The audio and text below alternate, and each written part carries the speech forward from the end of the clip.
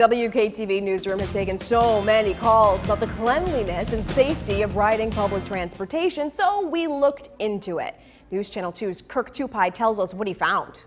COVID-19 has the potential to be deadly, so people taking public transportation may have concerns about being exposed to public germs.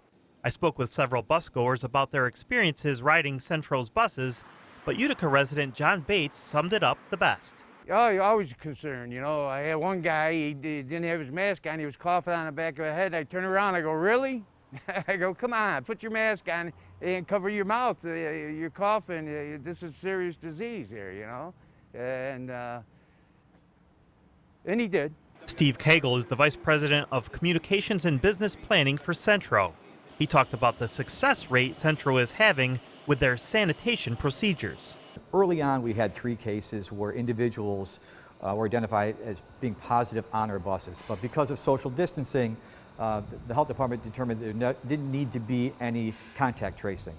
And since the beginning of the pandemic, we've had no drivers that have tested positive. So all of the issues we had were very early on in the pandemic. The past couple of months, everything's been good.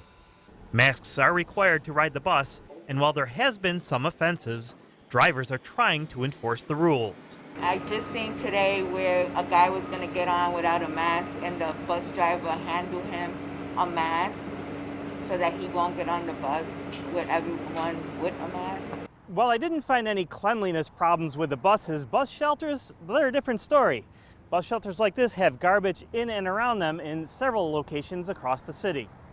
It really comes down to the fact that if you put a trash can there, often all it does is attract more garbage, and then you have a cleanliness issue.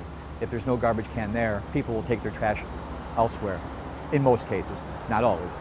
Tonight at 6, we'll take a look at what's being done to keep the buses germ-free and what it's costing Centro to do that. In Utica, I'm Kirk Tupai reporting for News Channel 2.